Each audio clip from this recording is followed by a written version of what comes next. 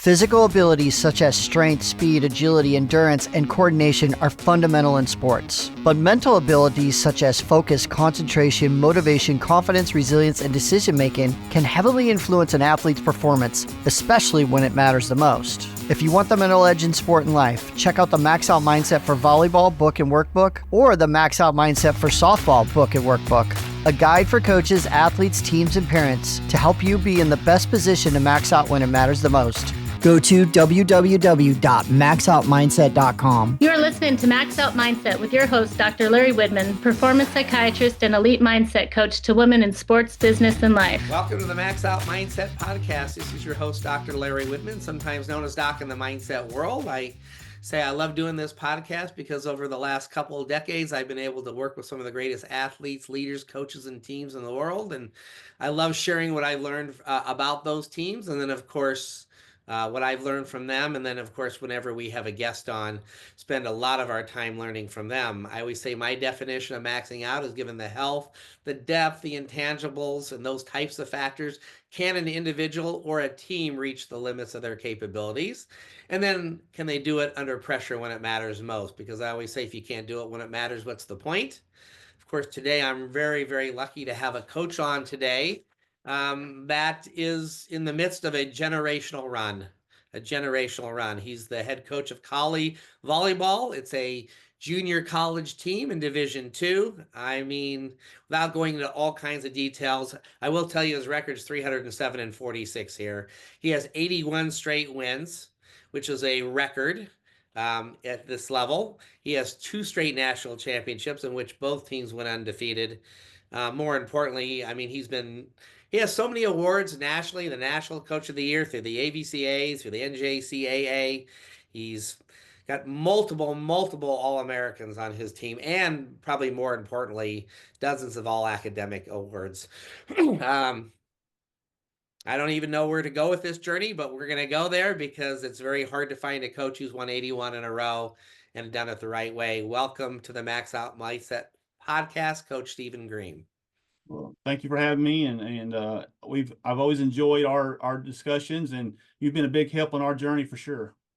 Yeah, I mean, we've crossed paths. We'll get into that a little bit because every journey is different in terms of my relationships. But you heard my definition of maxing out, Coach. When you think about maxing out, can you put into words what comes to mind for you? Well, I think your definition is a very good definition, and one that we use a lot in our program. When people think of maxing out, they think of the physical part of it, which is important. You want to max out to the best of your ability in the physical side, but I really focus on the mental side. I think, everybody's ratio is different, but I think mental to the physical is 3:1. I think it's that important. So we really focus a lot on the mental side of things. And when I think of mental side and maxing out, I think of, can you reach your limits to where you can handle the pressure? Your pressure is going to go your way to where you've got external pressure and internal pressure coming your way. How are you going to handle it? What's it going to take to break you? As Nick Saban says a lot. So we want to do the best we can to train our players to where they can handle that pressure. I think pressure creates abnormal behavior, and we can alleviate that pressure as much as we can and max out to the best of their ability where they can handle that pressure. I think that's where your success is going to go in conjunction with the physical part. So both are important, but I think the mental part really leads to the physical part being in excellence. Yeah, amen to that. And I would say the typical athlete, when we get into those kind of discussions, tell us that there's a mental contribution of 40 to 80% in normal moments of volleyball. And then at 13-13 in set 5, when you're serving, that serves nearly all mental. And to your point, pressure can create abnormal behaviors. It can also create a privilege or excitement in a very healthy way. But there's things that we can do to train that, which is really exciting.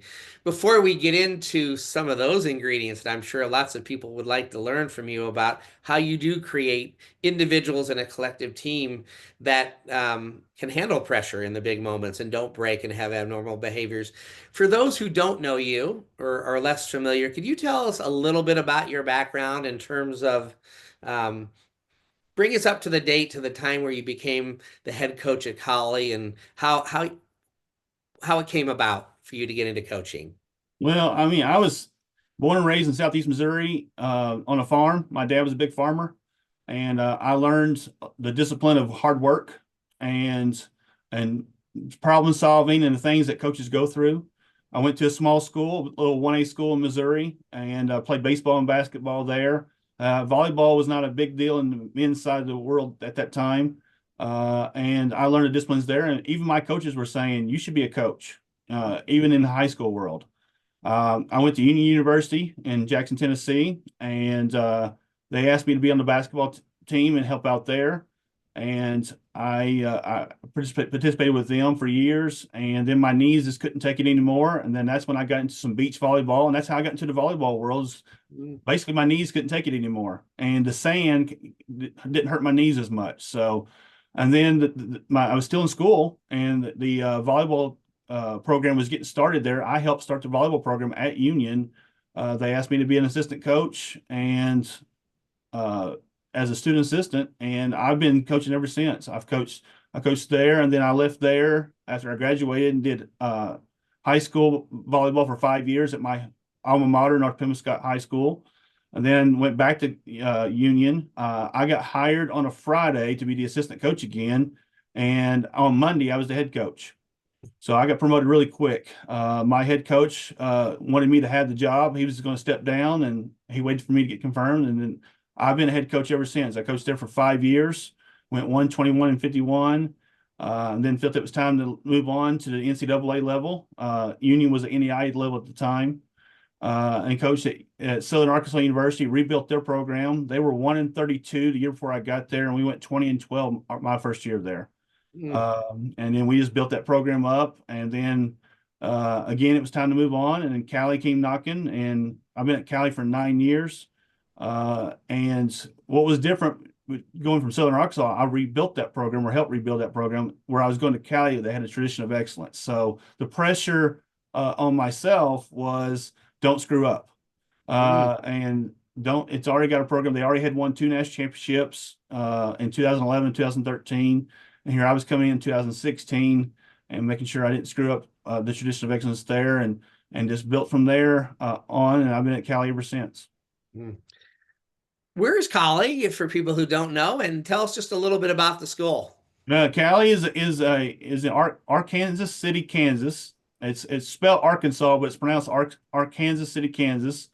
It's about 45 minutes south of Wichita, and got about 13,000 people in the town. And it's a program that is really put the footnote in the sports. I mean, it's not just volleyball. Every sport is nationally ranked. Every sport competes for championships. Our fall sports won all 5 region championships this fall. We've done it 2 years in a row. We've won 15 national championships as a athletic department. Volleyball's won 4. So it's small town USA with a good community, good people, and that's what makes us. I think we're not quite at the level of Nebraska with their community support, but I think our community support is part of the reason why we're so successful. I love that.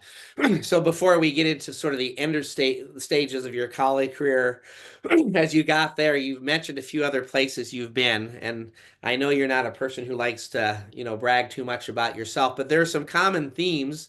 Obviously, what were the common ingredients that you think that you've been able to bring to each of the places you've been to either rapidly turn around a place, or obviously in this case, sustain it and then take it up a level? But what is it about you that makes you good at coaching? Well, I learned from some good coaches in the basketball world. When I was in the basketball world, I mean, my head coach in basketball was the assistant coach for Don Meyer, who was at the time was one of the all-time winningest coaches until Krzyzewski and Bobby Knight passed him up. But I learned that those disciplines there, and just carried that on. When I became a coach, I carried on what I learned from the sports of softball, basketball, and volleyball. And so when I became a coach, I wanted to carry that on. And so my hard work, I'm a hard worker. I'm a very humble person, but I'm also a hard worker. I like to be prepared. But it all comes down to relationships and communication with your players, and getting them to understand that you care about them. You're going to push them. but they also have to know you care about them. And I think all three spots I've done that. I've done it better along the way because I've learned along the way. But the main thing is that they know you care and you're willing to work for them. If you're expecting them to work hard, you better work hard too. And they know that they were getting that from me. I love that. And so again, there's a pressure to the other side, like you said, maybe coming to a place that's already been good. And like you say, I hope I don't screw this up. But most coaches, if we're being honest, excuse me, have to take over programs similar to what you took over. Maybe one that's really flailing, or maybe one that's not as good as it could be. Mhm. That's reality in coaching. And so, do you have a couple pointers for coaches who are having to or getting to take over a program, but man, they just haven't been successful in a long time, or they haven't been nearly as successful as some people would measure it? Is there one or two things that you have found that really helps set that solid foundation for then growth? Because you have to have some talent too, obviously. But I mean, a couple pointers that you could say that really help set the foundation for growth in a program that someone may be taking over? Well, when I took over at Sillard, Arkansas, like I said, they were 1-32 the year before I got there. They hadn't had a winning season in 11 years, if I'm not mistaken. And so you had to rebuild the culture. You had to get them to believe that they could win. I did not cut anybody. I let everybody come back. I recruited 5 players, junior college players, to come in and bring some experience there. And then we were set about from day one saying we're changing the culture. We're going to compete for championships. We're going to compete for every point we get, and those days are over with. There's a new person here, and we're going to go there. And so by doing that and recruiting well and developing those relationships, like I said before, where they were believing it and they knew you cared about them to push them, I think that was the secret sauce of how we were successful. Yeah, you're going to recruit well, but you got to get them to believe. You get the mental again over the physical. And once we got them to buy into that, then we really took off. So my advice is get with your players and get the culture set where you're getting them to where they can handle the mistakes of messing up. It's not the end of the world if they make a mistake. Be able to bounce back from those mistakes. And also just know that you're there for them as a coach, to where it's okay to mess up as long as you are working on yourself to improve yourself. And it's easy to say, hard to do, and that's what it takes. It takes a lot of patience. It takes a lot of intentional work with your players, being one-on-one with your players, and having the mindset that you got to develop that culture from the get-go. I love that. Like you said, easy to say, hard to do. It starts with modeling the behaviors of what it means to put in the work. And then 2, getting your your team to believe, or the individual athletes to believe. So you have to help them with what I call mental resilience or grit, or being able to recover from mistakes. Not that hard to deal with things when everything's going our way. You mentioned earlier, as you were talking about your journey, that you have gotten better at certain things. Even at Cowley, you said, I've gotten better along the way. What do you think you've gotten better at along the way that doesn't involve the wins and the losses per se? Well, I think you get the 4 C's: commitment, composure, concentration, and confidence. And we talk about those every day with our players, but I think that also revolves on us coaches. And I have been one of those that if I go to a poker game, I'm going to lose because I can't keep a straight face. Keeping that composure, those players knew me like a book. And if something was going wrong where my mind showed any kind of disappointment, it was going to affect my team. And I really had to work on that, to where I wasn't upset at them, but I was upset at the play and trying to make an adjustment. But they were seeing that I was upset with them, and I had to really work on that.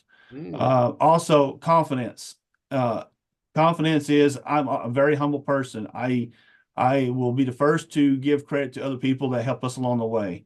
And in confidence is, I never feel like, some people say, what's your greatest fear? My greatest fear is I'm never prepared enough. I am always going to be as prepared as possible going into every match. And so those 2 things are the things that I've learned and gotten better along the way. As you get a little older, as I have, you look back and it's easier, but it's still not easy. You still work on those things every day. Mm. Yeah, you brought up the 4 C's of an elite mindset that I fully believe in and that I believe can be trained like any physical skill. So I am curious again along the way. You gave a little sense, but um, when did you find out, or when did you figure out for you as a coach that mindset played a huge role? You mentioned 3-to-1 in your mind, whatever the ratio is. When did you figure out that mindset played a role so that you started to build in time to train it? Well, I've always been interested in the psychology world. And even when I was a student in high school and learning that. But in 1992, when John Smoltz was on the Atlanta Braves, and I was watching the playoffs, and they were talking about him using a sports psychologist to pitch and get through the playoffs. And I always thought that was very interesting. Like, I never thought about the two going together. Mhm. And so I've, over the years, been accumulating information and learning some things, the new mind things such as DISC and other areas that you've seen along the way. But I didn't really take full advantage of it because I didn't know what I didn't know. And so I really didn't take advantage of it until the COVID year 2020. I saw my players were struggling with mental issues because of the COVID, with all the mess that was with, had to do screenings and had to be isolated and all that stuff. And then all of a sudden get on the court and perform. And that was one of our weakest years in my career at Cowley. We were 16-11 that year. So I was also struggling with it too. And when all that came through, I made a point that I was going to learn more about sports psychology and more about mindset training. And that's when I read your book and watched podcasts and listened to other people at the AVCA convention that were talking about it and talking about how they dealt with the COVID year. And that's how I really got into it. And then I really just built on there. 2020, we went 20 and 16-11, and then 2021, when we started using the mindset training, we were 41-1 in the national championship game.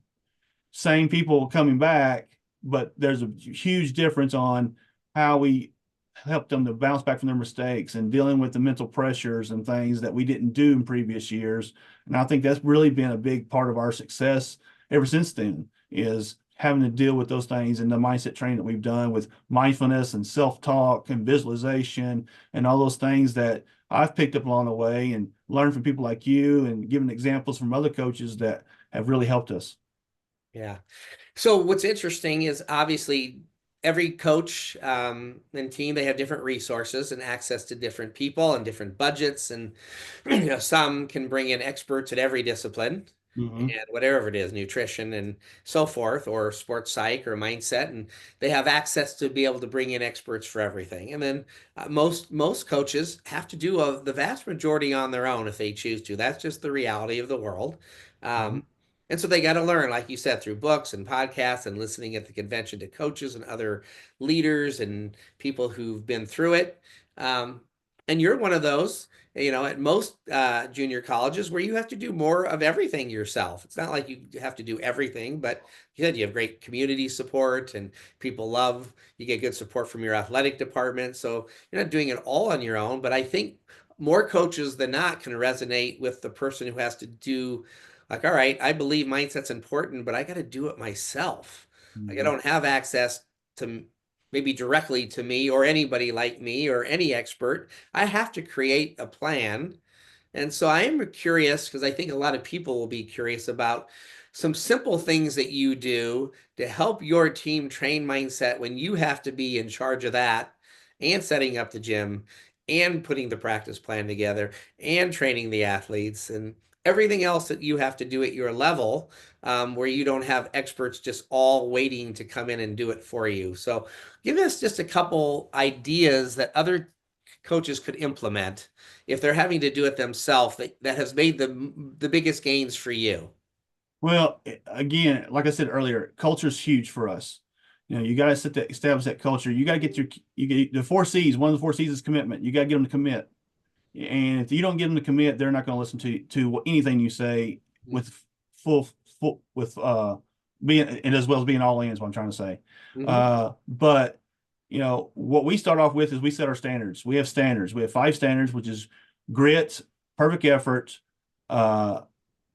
accountability, attitude, and what we do is we get through all that, and we set that as our foundation, and then we get the team bought into that. Once we get past that, and one of the things I didn't mention was team first is also one of our standards. Once we get them to buy into that, then we can start building onto the mindset training part of it, which is getting them to buy in and doing the 4 C's. We go over the 4 C's individually on everything. On everything we do. So we talked about commitment. What's commitment look like? What's concentration look like? How can I be poised during the game when a mistake happens? How do I bounce back from mistakes when they happen?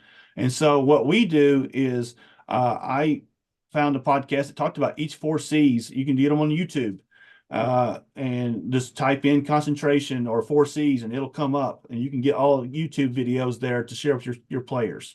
And we go over that in preseason before we even start touching the ball. And then we go into elements of your book. We do acts of affirmation. We talked about that. What's your why? And things of that nature. We're also talking about why do you do what you do?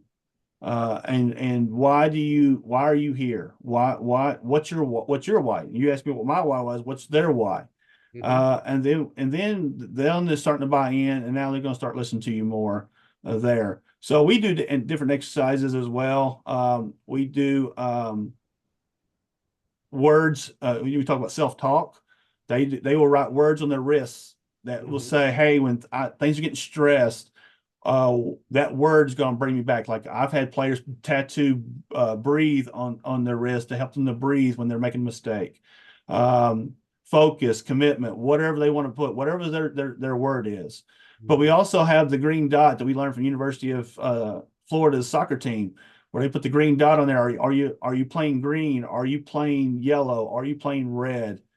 So we were using those things, and those things again I found on YouTube. It's just a matter of going on and researching and finding your niche, and then you build from there as you go along. But those are the exercises we do. Those are the things we focus on. I think your book does a really good job of Max Out going through all those procedures, and we do those as well. Then we get to nationals, and then we're plugging in things from there. We have our players write letters home to their parents saying why they're playing for them, or whoever they're playing for at the national tournament, which you also mentioned in your book that it was a great idea for us. So we're picking up different ideas, but we want our players to do whatever it takes. Mindfulness training, which we're using coloring books for that. We're doing different kind of drills that we've seen or read that, hey, anything to get their pressure off of them and let them focus on the game, because pressure creates abnormal behavior. And so we can get them to bounce back from those pressures, or be like those strong windows in a hurricane that can withstand that pressure. What does it take to break you? If we can have that resistance high, then they're going to be able to perform at a high level, we feel. Yeah, I love that gem. Pressure causes abnormal behavior. It does, because once we know that, then we can build in strategies, like you said, to create that window that can withstand the punches that go on in life, but also in the midst of a volleyball match. You mentioned mindfulness for a minute, so I'm just interested about that, because one of the things I talk to about with athletes, that if you would just buy into one thing for 5 minutes, of course I want them to be able to use reset words and positive self-talk, all that stuff. But if they'd only give me 5 minutes and nothing else to build in some mindfulness strategy to help them, how do you discuss mindfulness with your team to get them to buy in? Because so many of them to me go, the thought of having to sit and do some activity that's requires focus, like breathing or coloring books, you hear athletes, or they did a cool study where in kids today that if they had the choice to have to sit silent for 30 minutes or take a series of electric shocks, what would they rather do? And the vast majority said that it would be more painful to sit in silence than to have electric shocks placed on them. So it tells you that where we are today with kids and even coaches. But how do you talk about mindfulness with your team and then get them to buy into it? Well, I do pretty much what you do in showing clips of people that they look up to.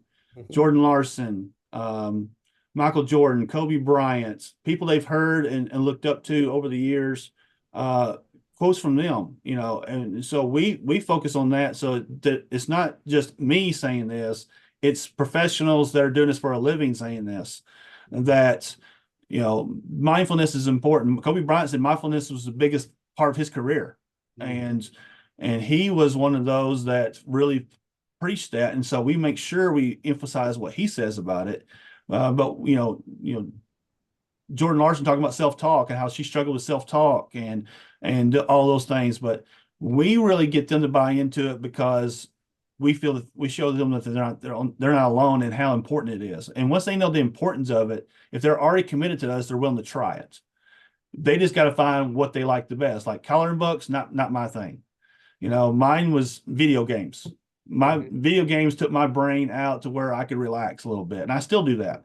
I still have my PS5, still play PS5 at my age. But, everybody has to have their own mindfulness area where they can let that mind do different things and kind of regroup to where they can get it to where they can refocus and stay focused on what they need to focus on. Coloring books are a great example because you got to stay within the lines. I never could stay in the lines even when I was little, so that didn't work for me. But anything that those players can do that will help them focus and it's not just the focus, it's the refocus. And if we can get them to work on the refocus, that's all that matters in when they start applying it to the game, in our case, volleyball. Yeah, thank you for that. So, of course, I say mindfulness is about awareness. Mm-hmm. Being really good at what I'm thinking and what I'm feeling, right? My self-talk stinks right now. I got to fix it.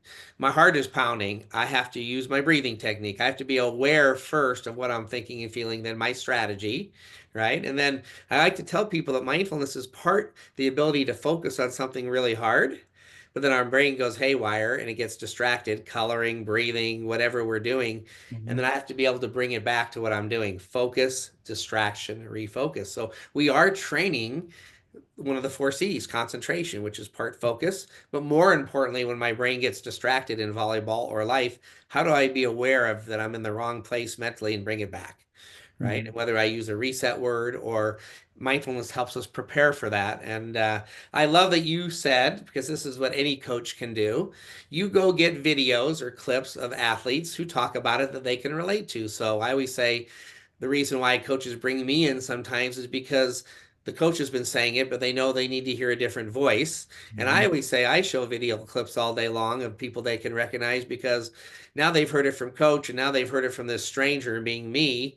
And now they get to hear it from Jordan or Kobe or Michael or whoever going, oh, wow, they really do struggle with that. And that's what they do about it. So it's a validation of what the coach and I are already saying through the lens of a person that they may really respect or aspire to be or believe in.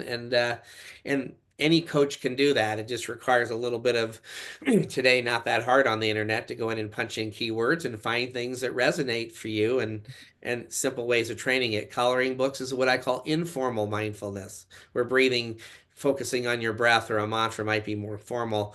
I've showed a video of a gymnast doing the Rubik's Cube before he goes. And Rebecca Alec at Nebraska is now crocheting in the stands before because it relaxes her and it helps her focus and refocus. So again, I think the more we can hear that from a coach like you who has to do a lot of it yourself once you believe in it, and then use your resources as well. It's not all you, but I think it gives other coaches hope. I can do this too, but I got to have a foundation that starts with culture and commitment that then leads into these other things. So tell me about a time you've experienced the most discomfort as a coach. I would say the 2020 season that I mentioned earlier, the COVID season. I've been one of those, that let's go. And when players are dealing with the mental issues, it's hard to just go. And I had to learn that I had to do things a different way, and that's obviously uncomfortable. But as the old saying goes, get comfortable being uncomfortable. And that's when I really kicked into the mindful training big time, because I needed to find a way to help my players, but also help myself. And I had to, we coached the way we were coached, and I had to change the way I coached, where I was more relationship oriented, more communication oriented than I was in the past.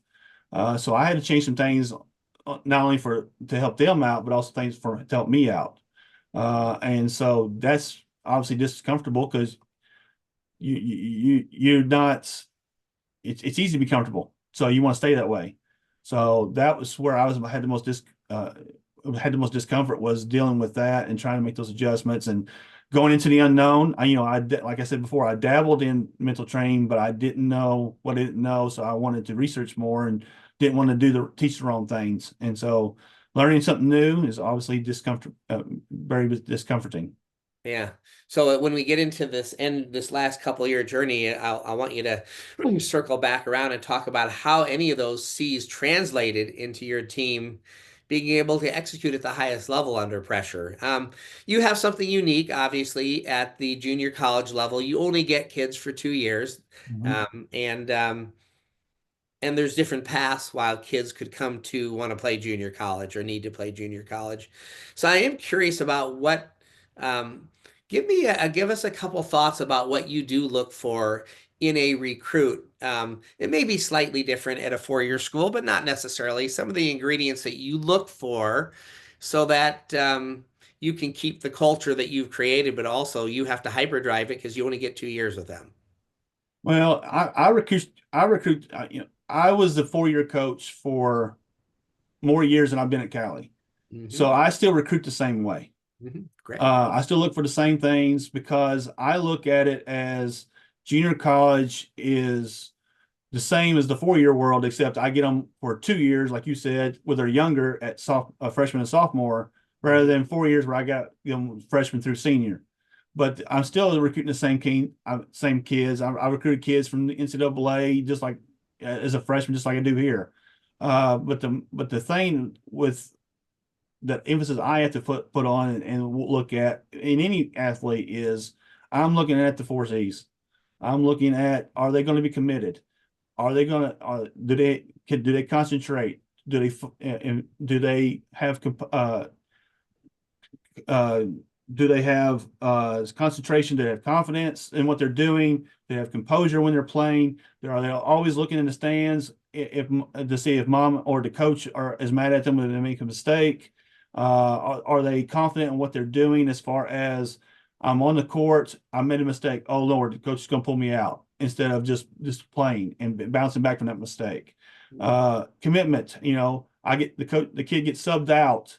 How they act on the bench when they get subbed out. Are they mad at the coach? Are they putting a towel over their head and not cheering their team on? We're looking for all those aspects that I did at the 4-year level. I think all those things are very, very important in recruiting, and team chemistry is huge for us. We want to recruit people that are going to fit into our program. We want people that are going to be able to carry on that culture and be team players. We remember one of our standards is team first. We want them to be able to follow the 5 standards that we have, which, like I said, team first. Give perfect effort. Be accountable. Have attitude. Attitude is, what do you do when things don't go your way? That's what we mean when we talk about attitude. And then we're talking about that perfect effort is, I'm going to give my best on that court every time I get on the court and in the practice. Now everybody's going to start. How am I going to handle that? Those are all the things we look for when we're recruiting. I love that for the parents and then the athletes that are listening, and the young coaches who are trying to, especially in the club world, that are trying to give their athletes the best advice. I mean, you did not mention a single volleyball skill. Now, of course, they have to have certain volleyball skills. We get that. But so many of the athletes, especially the 16s today, that are being watched by the coaches for the first time, so to speak, at club, and then can be recruited in June of that year. They worry so much about playing perfectly and playing so well when a coach is watching them. And your message is, look, what I hear is like, yeah, of course you got to be good at volleyball. I wouldn't be on your court if you weren't already good. I actually want to see how you respond to struggle. Yep. I don't actually want to see you go 10 for 10 today. I mean, that's fine, but I don't learn about you when everything goes your way. I don't learn about your attitude when everything's going great. I want to know what your attitude was like when things aren't going well. And so I think it can be really comforting for an athlete and a young coach who's coaching these athletes to have a different focus, to quit worrying about how well I play on that court and what are coaches really looking for. Yeah. You know, when they come to my court, what are they watching for? You didn't mention how high they jump, you know, how many different attacks they have. All you've mentioned were teammates, mistake recovery, composure. How do I respond when I make a mistake? How do I respond when I get pulled out of a game? Am I a good teammate? And I think it's so easy to get caught up in the outcome of volleyball skills, and it's refreshing to hear that you are recruiting the non-volleyball skills that help translate into a great volleyball player and a great team culture that you have to value in your 2 years. Because there's a lot of people whose path is very critical to have the junior college path to be successful in school and sport and life. And so let's talk about, obviously, I've talked about your overall record.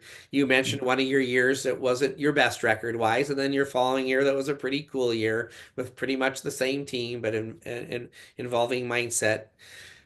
Let's talk about the last couple of years. I mean, they're two different teams, but had similar journeys. I mean, again, it's very hard to win one national title or a championship at any level in any sport, but to do it back to back, and to do it when you have a target on your back is even harder. Can you give us just a little summary in your view of what it took to win your national championship in 2023? And then let's talk about the 2024 journey. So let's start with 2023. And at that point, you hadn't won a national championship at Cowley yet. How did you do it? What were the ingredients? Well, let me backtrack just a little bit. 2021, 2021, we were 41-0, getting to the national championship match, and we lose.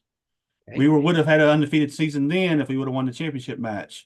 My setter on that team, we lose that match. We go into the locker room, which I hardly ever do, but I felt the need to do it after a match. And of course, everybody's upset and everything. And my setter said, you will not experience this again on my watch. We will not be having this. We will not be crying like this and being upset like this. We will be winning the national championship. 2022 comes around, June, I get a phone call, and Coach, I need to talk to you. That never goes well. That setter tore her Achilles. And so she had to redshirt that year, and we had to hurry up and find a setter. And we went 40-5, and the 5 losses we had were in 5 sets, but it just wasn't the same. Now, she helped us as a student assistant and things, but it wasn't the same. And our mindset wasn't there. So again, I had to really kick in the mindset training again with that year. And then 2023 comes around, the setter comes back, and she said, I know you guys are different than the team that was there, but I'm going to keep my promise. You're not going to have that feeling like I felt my freshman year. And we just took off. She led, everybody wanted to play for her and wanted to do things for her. So, you know, you talk about teams wanting to play for a purpose. That was their purpose, to play for her. And they uplifted their and they didn't want to let her down. So they uplifted their game.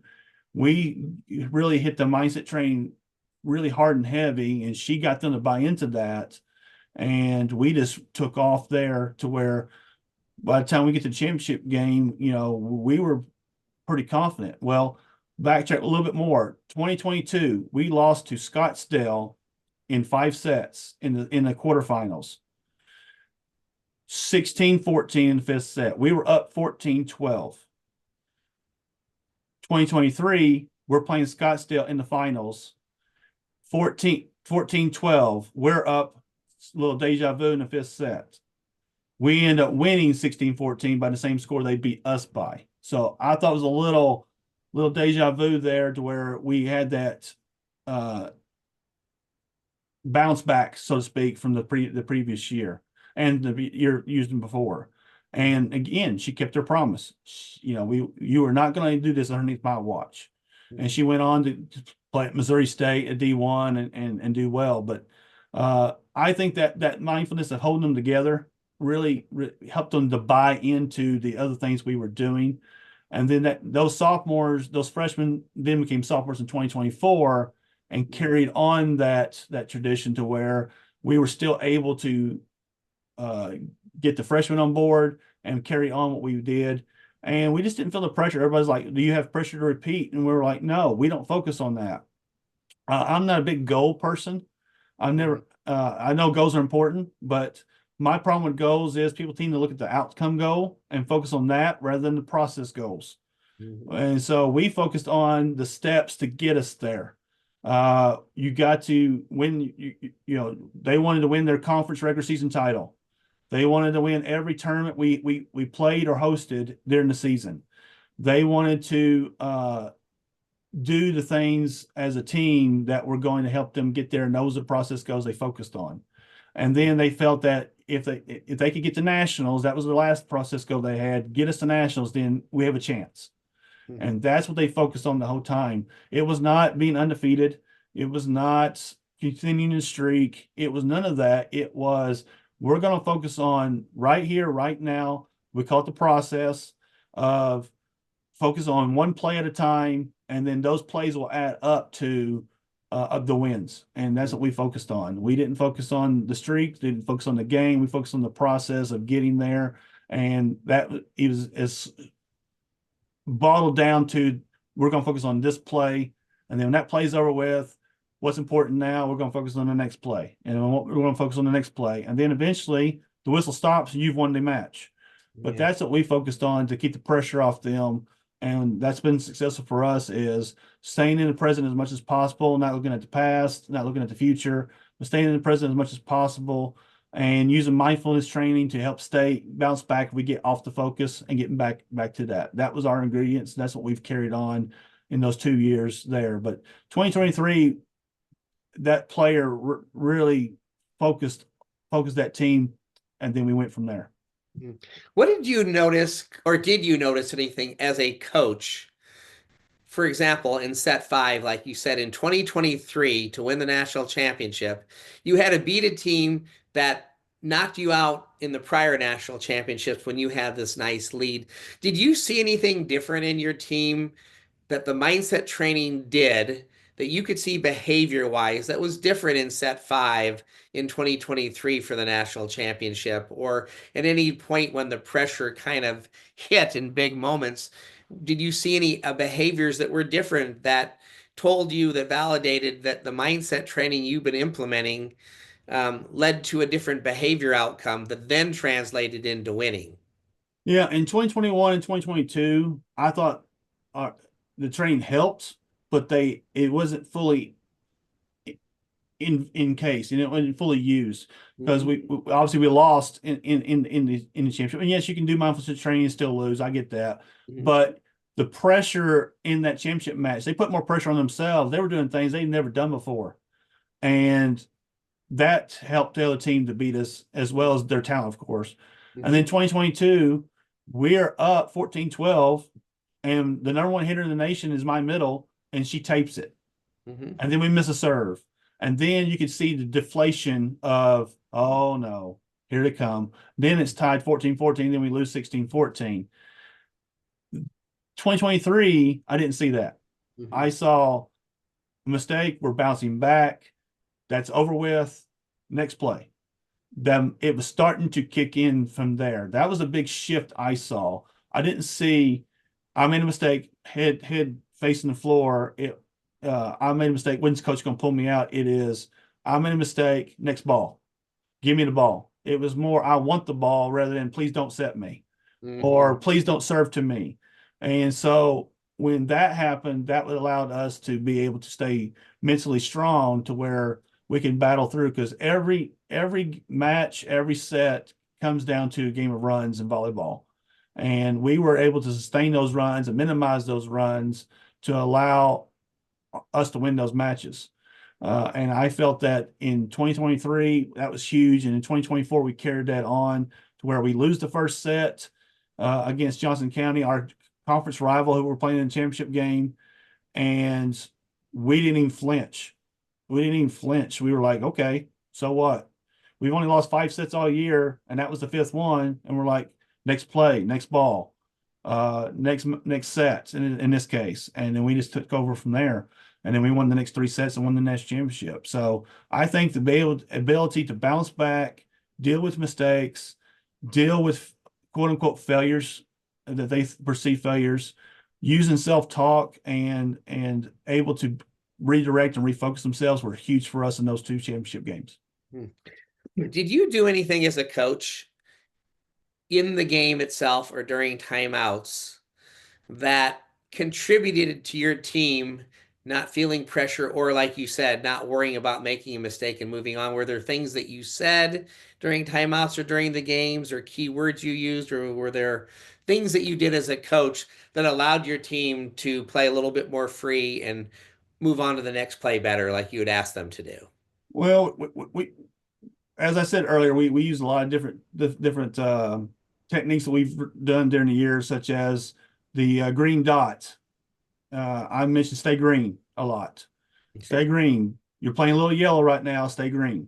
Mm-hmm. And playing yellow is playing timid, playing not to make a mistake. Playing red is you're done. Mm-hmm. And so I would say, hey, you're playing a little yellow right now. We need to go green. We need to go stay green. Another thing we would talk about is, sometimes it was just a joke. Mm-hmm. We missed 7 serves in the first set in the 2024 championship. And I called a timeout and I said, you guys do realize we've been here before. And got them to laugh a little bit to where they can just relax. I think we lost that set. Johnson played a very good set. Probably one of the best sets anybody played against us all year, that first set. But it was also self-inflicted where we were so nervous about that we were playing safe, I thought. I thought playing the serves, we were dropping our elbow and serving the net and missing serves that we normally don't miss. And I think once we kind of relaxed and settled down, that's when we really took off. And so little things like that. I thought also in the timeouts, just getting them to just breathe a little bit. Sometimes I call timeout or use the timeout that Johnson called to just say, hey, just take a breath, take some water, take it and relax. And then let's get back out there and go to work. Here's some little adjustment. This person's open. But I didn't really do a lot of talking. It was more just be you and just do what you do and you'll be fine. Has your coaching behaviors changed on the sideline at all? And now I'm not talking about the words you say, but just you had mentioned earlier that maybe you'd gotten better at body language at some point, but your mannerisms, the way you model, the way you think and feel, has that gotten better or changed over the last few years? It's gotten more calmer, I'll tell you that. When I was a young coach, some people thought I was electrocuted. I was jumping up and down and hopping up and down and not only on bad things, good things, and I'm a lot more calmer and more stoic, so to speak, on the sidelines. Also, I stand. I know you wrote in your book about John Cook about how his players want him to sit. Yeah. I tried that. My players actually did the reverse. They thought I was upset with them when I sat down. Mm-hmm. So the basketball coach in me, I'm a pacer anyway. Mm-hmm. So that's how I deal with my pressure. Yeah. Is I pace, and that helps me deal with it. So they know when I sit down, there's something wrong, and that's why I don't do it. So I think that those things I've worked on and changed, and try to be a little more stoic to where they're not looking over there saying, "Well, coach is mad at me." Well, coach is not mad at you. Mm-hmm. Like I said earlier, I would be upset about the play, not the player, but the players thought I was upset with them. And I had to really work on that. And I think I've done a better job of it. But, it's not easy. You got to fight that. And so that's one of the things I've constantly had to work on, but I think I've gotten a lot better over the years. I love that. Growth and evolution, right? And as we get into what we call the elite ingredients of elite leaders and things like that, you're mentioning a lot of that. The behaviors that you model allows your team to be calmer, right? Like you said, like if you if you look like you've been electrocuted at times and your team senses that, they can read it wrong, as like my coaches too, but they understand your why. You pace, that's a good thing for you. I'm good. Is I'm never mad at you. Now they relax. And so, but modeling the behaviors of being more calm, reminding them to breathe, make a joke, then you start to see them kind of relax. Some of the ingredients of leaders, and I think I'm going to bring in my partner Scott Papik in because I know he wants to talk about some leadership stuff with you. But I'm thinking about like what's your contribution to the problem and modeling behaviors, being consistent, those types of things. Are there some things um, that you think you do really well as the leader? Is there one or two things that you think you do really well, and is there? And then I'm going to ask you if there's one or two things that you still think you could do a lot better at. I think modeling behaviors is huge. Like you just said earlier, if I'm jumping up and down, you know, and not staying calm and poised, I think that's going to reflect on the players too. The players are going to do what the coaches do. They're going to model the coach. I'm more calm. Broadcast will even say Cowley's more business-like. They're here for just they're here on business. Well, that's the demeanor we give because we're so calm on what we're doing. We have players that are energetic, but we are also a controlled energetic. I think being consistent is important. I've had to really work on that. Being consistent with how calm I am, how composed I stay, what I say in a timeout or in practice. Being consistent. I can't be upset one day and happy-go-lucky the next day. The players just can't. They don't know what to expect. So I think consistency. I've gotten better at that, and I think it's one of the things that I've improved on so much that's allowed us to on this run is consistency. And I have open door policy. They can come talk to me anytime they want. But I do tell them, if you ask a question, I'm going to tell you what. You better be ready for the truth. But I have an open door policy. I want to be a player's coach. I want the players to be free to come talk to me about anything, not just volleyball, life or advice for things or whatever. I echo one of the South Carolina's basketball coaches says, when they sign with me, they're with me for life, not just when they have the uniform on for Cowley. I've got players that's playing on to 4-year level. They still call me and ask for advice, and I'll tell them, hey, this is what the coach is saying. Well, why didn't he say that? Well, you're still used to the Cowley way of saying things. So I think as a coach, I'm supposed to be there for them because they are our players. And I think when they sign that contract to be part of our program, that they're family. And that's the way we treat them. I love that. You, one of the challenges that I see for coaches today that's never been harder, whatever level we're at, is finding that mixture, that balance between the love piece and the accountability piece. And when you have athletic directors above you, administration, parents on one side, social media on one side, athletes on the other, it can be really challenging for a coach at any stage of their career to figure out that balance. And what does that look like? Has that been a challenge for you? And if so, where have you seen growth in that area? Well, I think, you got your players got to know you love them, and you got to know you care about them. Otherwise, they're not going to follow you. They're not going to have the ultimate trust in you and in each other. But you have to keep them accountable. You can't let them just do whatever they want. You have to keep them accountable there. And I've been known to tell them, hey, I am doing this because I love you. I'm keeping you accountable because I care about you and your well-being, not only in the volleyball world, but as a person. Because I feel that our goal is to teach them life lessons. That's the whole purpose of sports, is to teach life lessons and that they can carry on after their playing days. And yes, I'm accountable to my boss. Cowley has a 49-year tradition of excellence.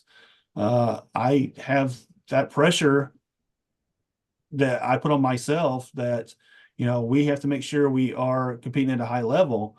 But at the same time, I've gotten better at handling that to where I'm just going to go out and do my thing, do the best I can. and go from there, because I can't control that anyway. So why would I be worried about it? So, and then parents, we want to involve them.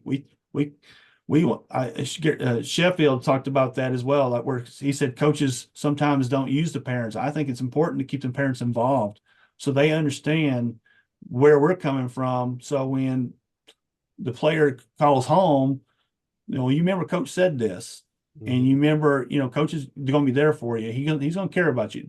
When the parents understand that, then they can help facilitate the player who's maybe having a tough time or needs an earpiece or whatever. And so I think that we can tell our parents, you're part of our Cowley volleyball family, just like the players are. You just have a different role. And so I think all those things intertwine are important. Yeah. Oh, I appreciate you sharing that, because it's hard, and you have to be mindful of all the different components. Scott, I know you're big into leadership and interested in that. Do you have some questions for Coach in that regard? Yeah, Coach. So I'm drawn to sustained excellence, and they just don't hand out 81 wins in a row. So that in itself is pretty fascinating. But I would love to understand, how do you identify and develop leaders within your team, especially when you have new players coming in all the time? Well, we tell our players, we have two captains. We use two captains for our team, but we say everybody can be a leader.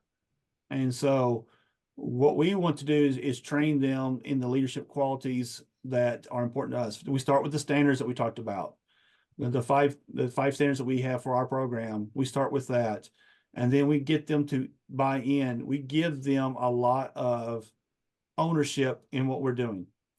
Yes, I have the final say, but we also give them ownership, and then that is developed along the way to where they get more trust and get more confidence, and that's when those leadership qualities start to build, in that they have some ownership there, to where that leadership builds from there. Like, we've had sophomores tell our freshmen, that's not how we do things here. Well, when they were freshmen, they were doing the same thing, so they've learned along the way that, I think the ultimate team culture is when you have players doing that on their own and having that develop of leadership. And I think the things that we do in our mental training is very similar to the captain's training we do, in that, these are the things that you should do. You should hold each other accountable. Accountability is one of our standards. You should be able to hold each other accountable, and here's the ways you can do it. So we go through each step of the way, training them on each of our 5 standards on what that looks like. What does team first look like? Team first means you can't be selfish when you're not getting playing time or you're not starting. But it goes beyond that. Team first can be, hey, a teammate needs a ride to Walmart. It can be something like that. Perfect effort. I know you don't feel good today, but give me 100% of what you got. That's perfect effort. And holding each other accountable on all those things is what we find is where the leadership kind of feeds itself from there.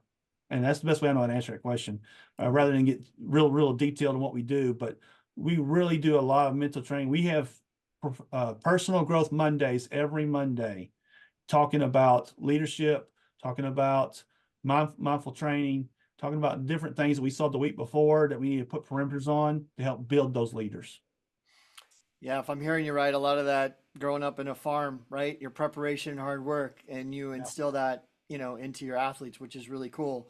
I'm also hearing you right. There's a great book I just read that's called Turn the Ship Around.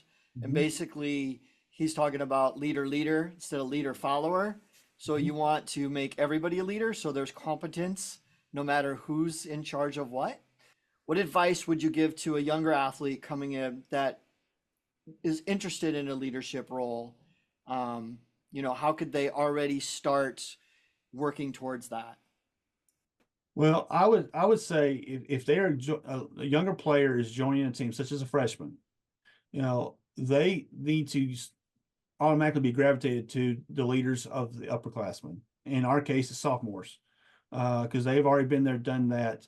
And then find somebody. We have team sisters, and where our sophomores mentor the younger players. So our players really gravitate toward, usually when they do that, with their team sisters, their older team sister, which would be a sophomore, and learning the leadership qualities of how we do what we do, why we do what we do, and really be able to flourish there. You know, we tell our freshmen, you are not freshmen. We look at you as all one player.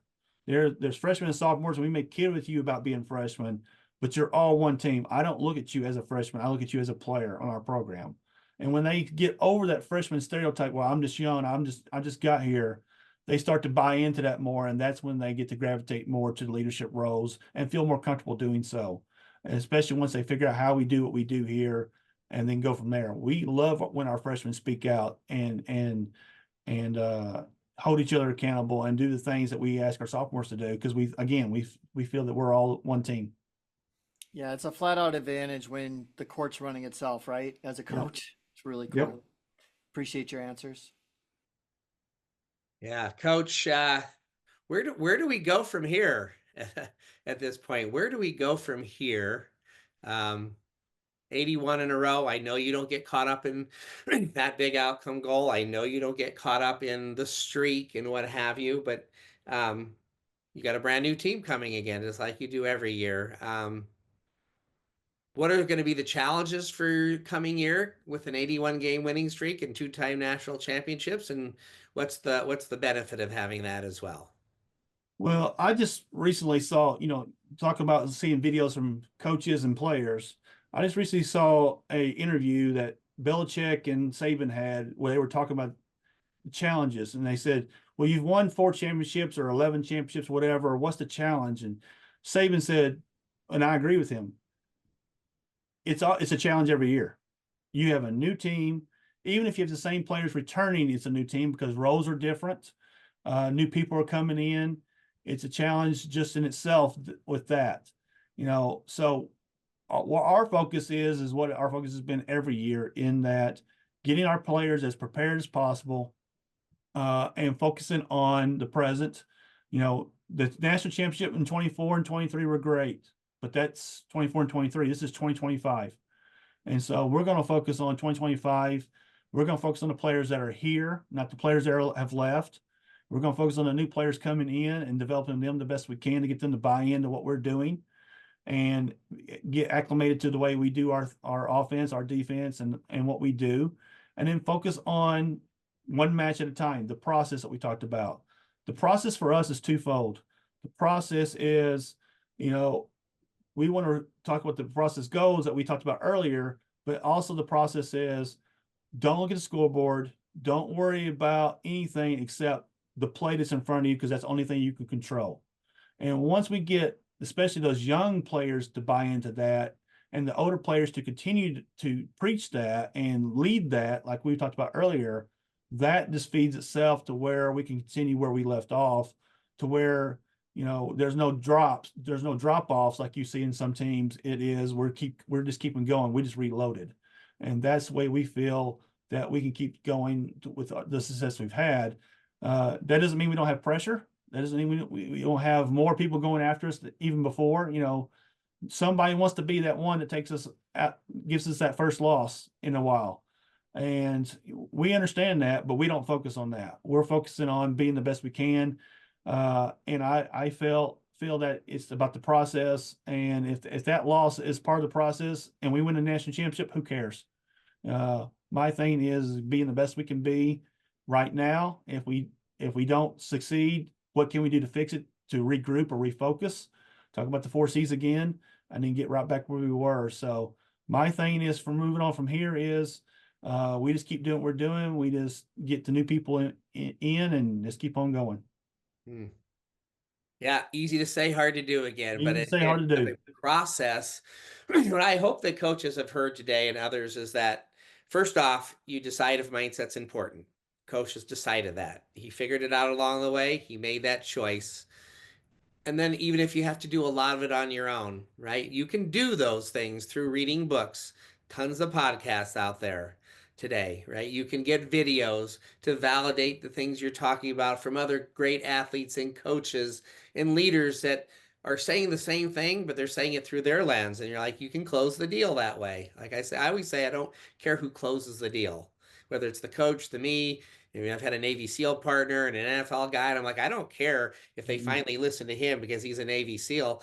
the message is what I want them to get. And different people hear it from different people, but more. So you can do it on your own, even if you need help. And then I think, of course, Coach and I have built a relationship that has been one where I can come on and meet with his team periodically and maybe just add some thoughts of the journey that maybe I've seen as of late, or to validate some of the same things that he has been working on or has identified as a potential barrier that could get in the way of our team in this moment, so that we can give them some simple talking points. But they're not brand new talking points. They're not like opposite of what you've been talking about, or they're not foreign to them. They're just revalidating concepts and maybe the challenges of the postseason, and how do we deal with pressure in one and done versus in September, for example. So I have always appreciated coaches like you who do most of it yourself, but are what I call a lifelong learner, and continue to allow other people into your team that can help your journey of, like you said, start over, let's work on our things, be the best we can be, and we'll live with our outcomes. So do you have any last thoughts or anything else that you want to add today that I haven't asked you about or that you haven't shared? No, I mean, really, I just reiterate what you said about you can do things on your own. I mean, I would love to have a sports psychologist on my campus like the big schools do.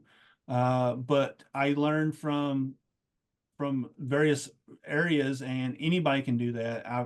I have high school coaches come to me all the time asking the same questions you're asking, and I'm more willing to help them. But it's just putting the work in and reading and studying and asking questions and things like that. And I've done all that, but you've really helped out with that. And like you said, reiterating. And I thought what you did for our program at the national tournament, going to the national tournament and speaking to them about secretariat and being like secretariat was really huge for us. And I think having somebody come in and give that different voice, or use videos to give a different voice, like I mentioned, Kobe Bryant and Jordan Larson. Jordan Larson sent a video to our players in 2021 that we still play, the advice that she gave. So it's really important that coaches understand and players understand you can get valuable information on your own and be able to do that. And again, we really appreciate you doing this for us and promoting the junior college level as well, and our Cowley and our program. And we really appreciate you having us on. Yeah.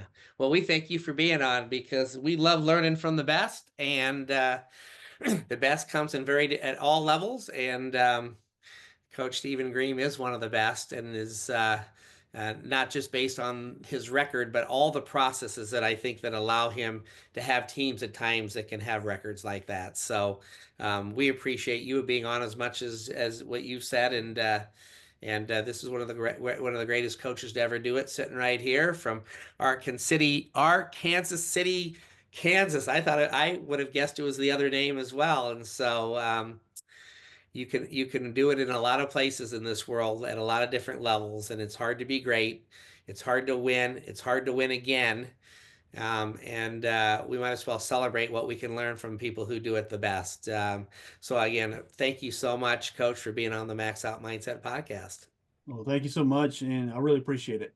Yep, thank you. Physical abilities such as strength, speed, agility, endurance, and coordination are fundamental in sports. But mental abilities such as focus, concentration, motivation, confidence, resilience, and decision-making can heavily influence an athlete's performance, especially when it matters the most. If you want the mental edge in sport and life, check out the Max Out Mindset for Volleyball book and workbook, or the Max Out Mindset for Softball book and workbook. A guide for coaches, athletes, teams, and parents to help you be in the best position to max out when it matters the most. Go to www.maxoutmindset.com. You're listening to Max Out Mindset with your host, Dr. Larry Widman, performance psychiatrist and elite mindset coach to women in sports, business, and life.